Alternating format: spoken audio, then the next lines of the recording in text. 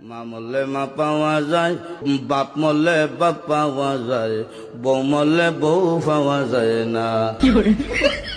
মুরব্বী চাষা কয়, এই বেদব তোর মা বাপ মরার পরে ফাইলে কেমনে আর বউ ফাইলে না কেমনে, এটা বুঝাই দে, তোর গানোর ব্যাখ্যাটা দে।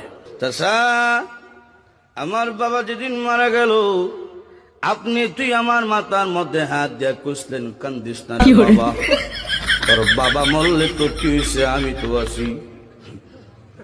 আরো কিছুদিন পরে আমার মা মারা গেল।